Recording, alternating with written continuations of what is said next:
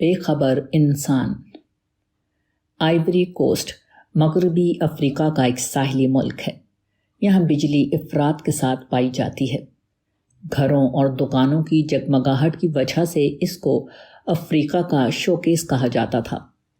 Times of India, 4 جنوری 1984۔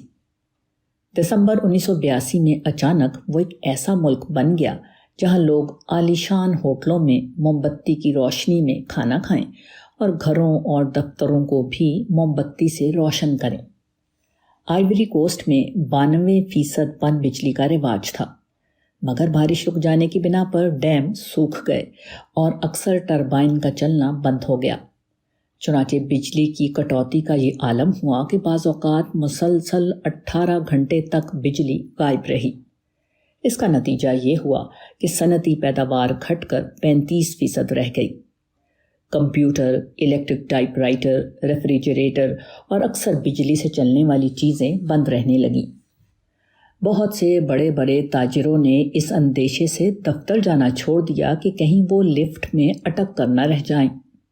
ایک تاجر نے اپنا حال بتاتے ہوئے نیو یارک ٹائمز کے نمائندے سے کہا کہ سال ہا سال سے میرا یہ حال تھا کہ میں اپنے ایئر کنڈیشنڈ مکان سے ایئر کنڈیشنڈ کار میں اور پھر ایئر کنڈیشنڈ دفتر میں جاتا تھا۔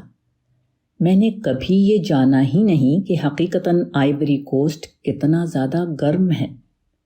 For years I had gone from my air-conditioned villa to my air-conditioned car to my air-conditioned office. I never realized just how hot it really is here. افریقہ جیسے گرم ملک میں ایئر کنڈیشنڈ ماحول میں رہنے والا تاجر گویا ایک مصنوعی دنیا میں رہ رہا تھا۔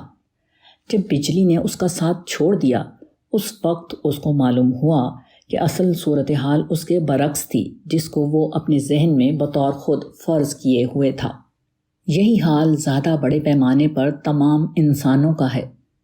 انسان موجودہ دنیا میں اپنے آپ کو آزاد پاتا ہے۔ وہ سمجھتا ہے کہ جو کچھ اس کے پاس ہے وہ اس کی ملکیت ہے۔ جب انسان کی موت آئے گی، اس وقت اچانک اس کو معلوم ہوگا کہ یہ محض فریب تھا۔ اس نے امتحان کی آزادی کو استحقاق کی آزادی سمجھ لیا تھا۔ اس نے خدا کے اثاثے کو اپنا اثاثہ فرض کر لیا تھا۔ وہ اپنے اعمال کے لیے خدا کے یہاں جواب دہ تھا، مگر وہ اس غلط فہمی میں مبتلا ہو گیا کہ وہ خواہ کچھ بھی کرے، کوئی اس سے پوچھ گچھ کرنے والا نہیں۔